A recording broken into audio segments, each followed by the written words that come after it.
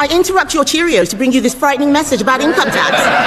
And then, unbelievably, she changed her mind 3 days later. Watch Kemi Badenoch absolutely eviscerate Rachel Reeves with this savage burn. Reeves crashes breakfast television in early November 2025, dropping doom and gloom hints of hiking income tax rates, scaring markets, spiking borrowing costs, total chaos. Then, just days later on the 14th of November, full U-turn, she scraps the rate rise after better OBR forecasts, but sneaks in a multi-year threshold freeze, dragging millions into higher taxes anyway via fiscal drag. Badenoch nails the hypocrisy.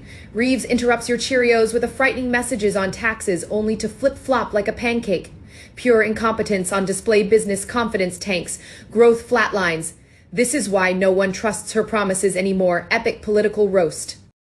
People out there aren't complaining because she's female. They're complaining because she is utterly incompetent. Yeah! Boom! Kemi Badenoch drops the mic with this ice-cold takedown.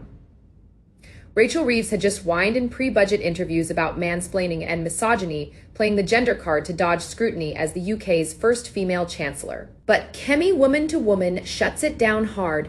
People aren't complaining because she is female.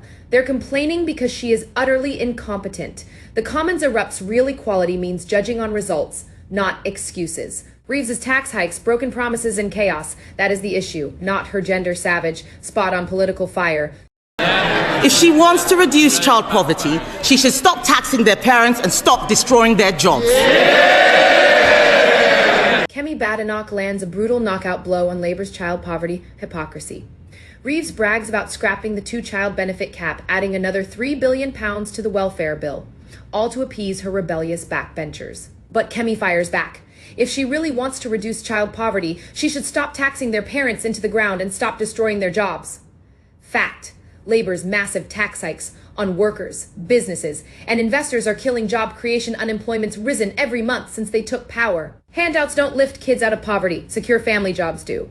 This is peak common sense conservatism versus Labour's tax and spend fantasy absolute fire. People out there are crying. Last year, we had the horrors of the Halloween budget. This year, it's the nightmare before Christmas. Kemi Badenoch unleashes pure savage energy here, painting the grim reality for families and retailers crushed by Reeves' budget. People are crying over lost jobs and squeezed wallets from Labour's massive tax raids. Last year's the 30th of October budget, dubbed the horrors of the Halloween budget for its £40 billion nightmare hits. This, the 26th of November 1, delivered right before Black Friday, it is the nightmare before Christmas plummeting festive sales, high streets deserted, retailers facing sleepless nights as shoppers cut back amid uncertainty and higher costs. Tax hikes killing confidence, ruining the golden quarter, brutal truth bomb. Labour's chaos is stealing Christmas joy.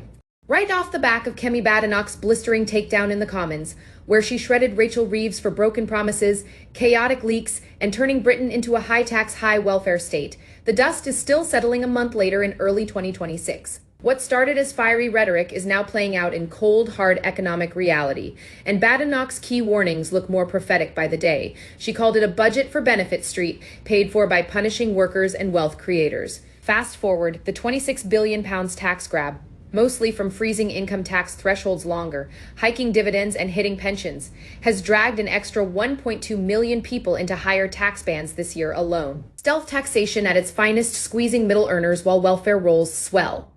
Badenoch nailed the hypocrisy of scrapping the two-child cap to buy backbencher loyalty. It has added billions to the bill without tackling root causes like job destruction. Unemployment, still creeping up, with graduate recruitment at record lows and major firms like Mercedes and Ineos openly slashing UK investment plans. Her nightmare before Christmas line stung because it was spot. On retail, footfall tanked over the festive period.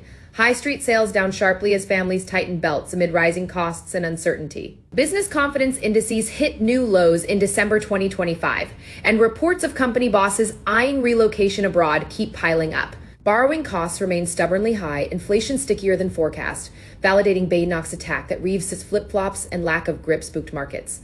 Even the OBR's updated projections show growth weaker than hoped, with public debt still ballooning. Badenoch's bigger point, that Labour's vision rewards dependency over aspiration, taxes success while excusing failure, is resonating outside the Westminster bubble. Polls in early 2026 show eroding trust in the government's economic competence, with taxes too high.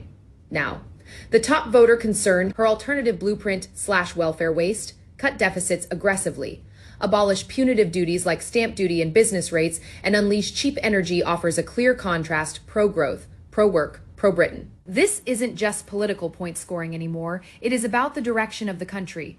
If Labor doubles down on tax and spend without delivering the promised growth, the pain will only deepen, slower recovery, talent flight, and a generation locked out of opportunity. If you are fired up by this no holds barred, look at what is really happening to Britain's economy and want more raw, unbiased breakdowns that cut through the spin, hit that subscribe button right now.